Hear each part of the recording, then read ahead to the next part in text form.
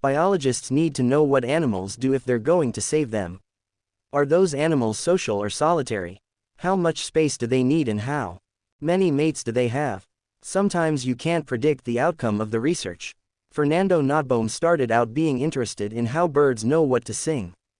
Yet his research eventually led to a complete overhaul of the entire field of neurobiology, a totally unanticipated yet utterly monumental effect. And this is the course textbook by John Alcock. The fact that this is in its 9th edition tells you how fast in a field animal behavior is. There are lots of new developments.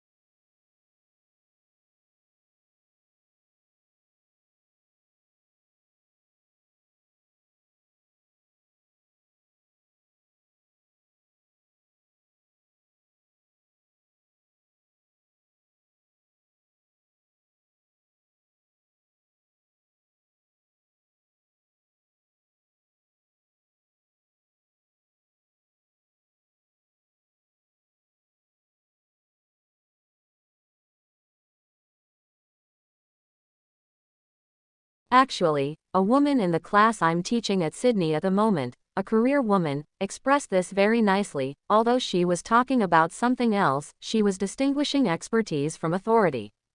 And certainly linguists, because of our training, we do have expertise in certain very narrow areas of language, but we don't have the authority over what to do with that knowledge or what to do with other knowledge that the community produces.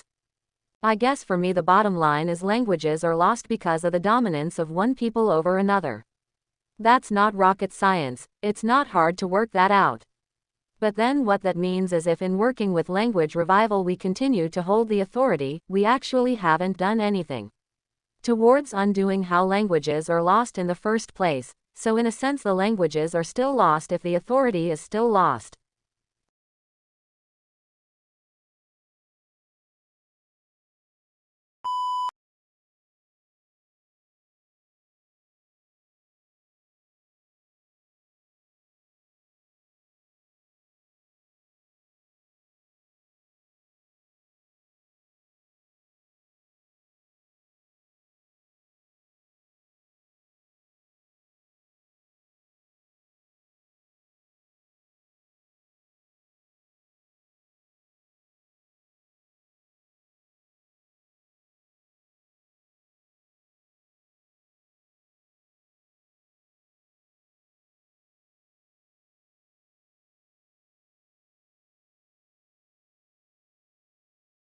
The sound of a cracking knee isn't particularly pleasant. But it gets worse when you listen up close. Knee cracking recording, it is for most people. But for me, it actually just makes me excited. Omer Inan, an electrical engineer at Georgia Tech. I actually feel like there's some real information in them that can be exploited for the purposes of helping people with rehab. Inan's experience with cracking knees goes back to his days as an undergrad at Stanford, where he threw discus. If I had a really hard workout, then the next day, of course, I'd be sore, but I'd also sometimes feel this catching or popping or creaking every now and then in my knee. A few years later, he found himself building tiny microphones at a high-end audio company. So when he got to Georgia Tech and heard the Defense Advanced Research Projects Agency, DARPA, wanted better tech for knee injuries, he thought, knee cracking recording why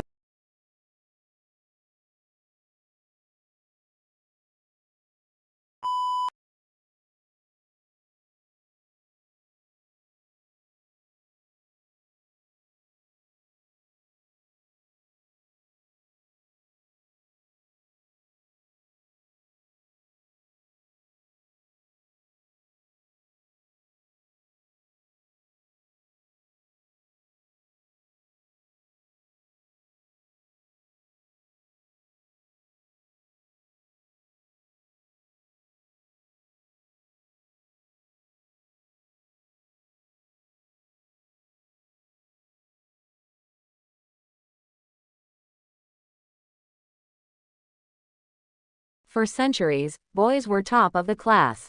But these days, that's no longer the case.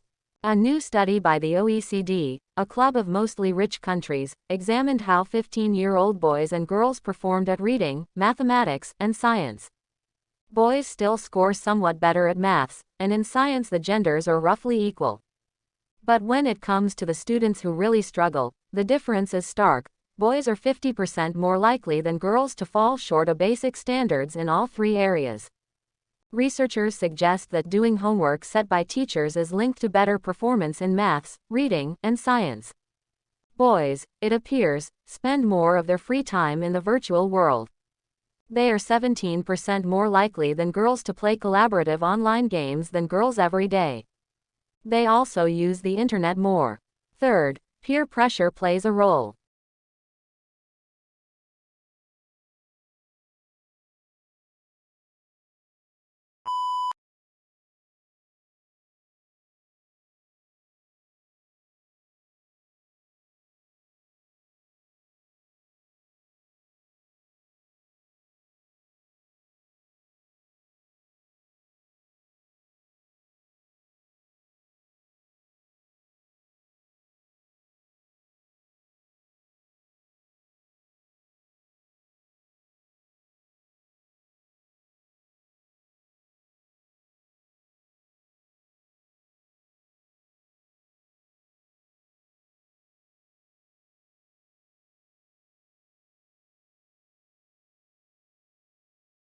You can see that the two charts, each give quite a different picture of the performance of boys and girls in the two key subjects of math and English. It shows that in English, girls consistently outperform boys over a period of 6 years, achieving scores about 10% above their male peers. There is quite a different picture when we look at the math results with no real difference between genders in the results. What is the explanation for these key differences? To answer this question, researchers look at biological and cognitive factors, and a range of social factors.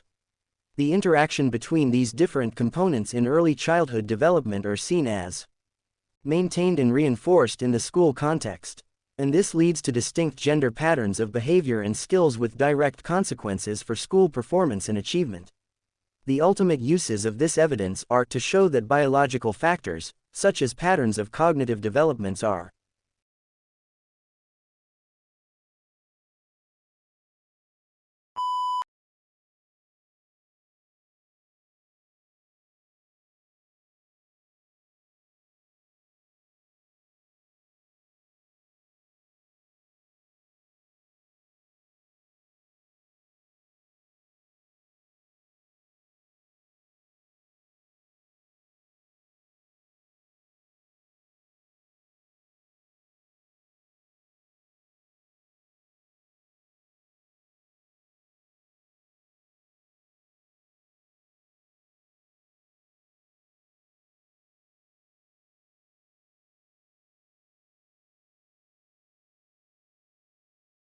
a tragedy for the chicken and its closest relatives, but I don't think there was much possibility of us fearing a global pandemic and the deaths of millions. 20 or 30 years ago, if a bank in North America lent too much money to some people who couldn't afford to pay it back and the bank went bust, that was bad for the lender and bad for the borrower, but we didn't imagine it would bring the global economic system to its knees for nearly a decade. This is globalization. This is the miracle that has enabled us to transship our bodies and our minds and our words and our pictures and our ideas and our teaching and our learning around the planet ever faster and ever cheaper. It's brought a lot of bad stuff, like the stuff that I just described, but it's also brought a lot of good stuff. A lot of us are not aware of the extraordinary successes of the Millennium Development Goals, several of which have achieved their targets long before the due date. That proves that this species of humanity is capable of achieving extraordinary progress if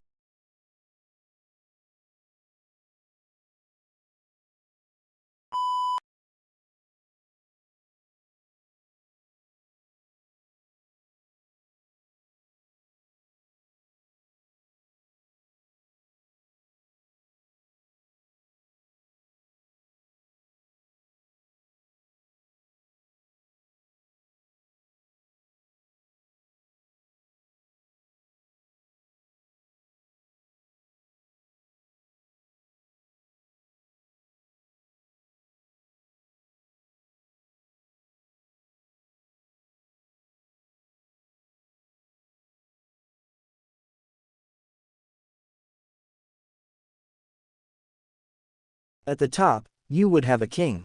Now the king would rule over a kingdom. Now, this is not so easy to govern, especially during the Middle Ages. And the king might owe many people, things, especially people who helped the king come to power, helped him depose the previous king or to conquer this land. And so in exchange for that and to help govern, he might grant land or feasts to other people. And the key currency in the Middle Ages under the feudal system, island. And land in exchange for loyalty and service. So this whole thing is a kingdom. Now right over here, this is a duchy. And a duchy will be controlled by a duke. I guess I didn't call it duchy because that just doesn't sound as serious. So the king might grant a duchy to a duke, and in exchange, the duke would provide loyalty, pledge their fealty. If the kingdom is threatened, the duke will fight alongside. The king would provide their own.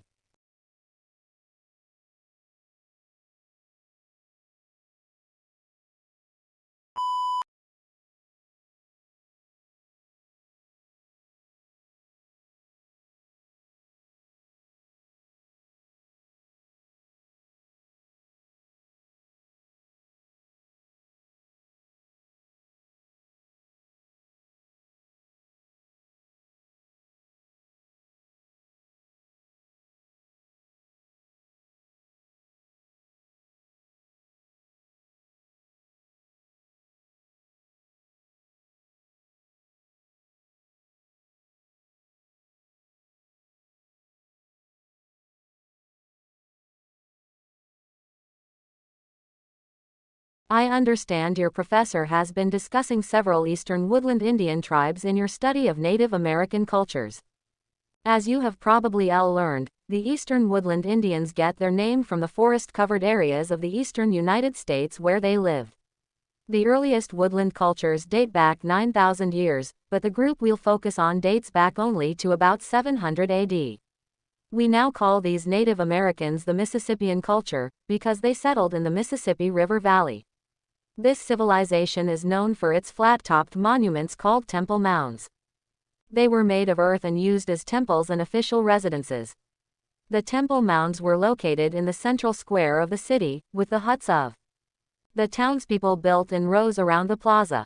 The Mississippian people were city dwellers. But some city residents earned their living as farmers, tending the fields of corn, beans, and squash that surrounded the city.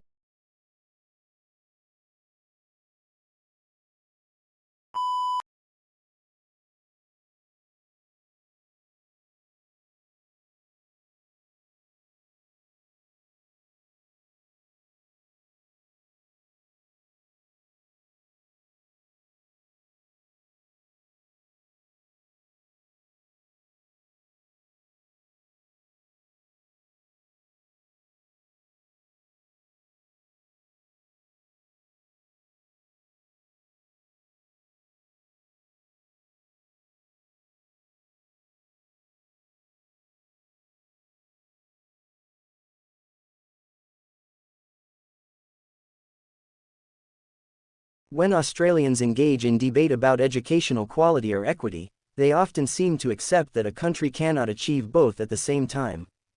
Curriculum reforms intended to improve equity often fail to do so because they increase breadth or differentiation in offerings in a way that increases differences in quality. Further, these differences in quality often reflect differences in students' social backgrounds because the new offerings are typically taken up by relatively disadvantaged students who are not served well them. Evidence from New South Wales will be used to illustrate this point. The need to improve the quality of education is well accepted across OECD and other countries as they seek to strengthen their human capital to underpin their modern knowledge economies. Improved equity is also important for this purpose, since the demand for high-level skills is widespread and the opportunities for the low-skilled are diminishing. Improved equity in education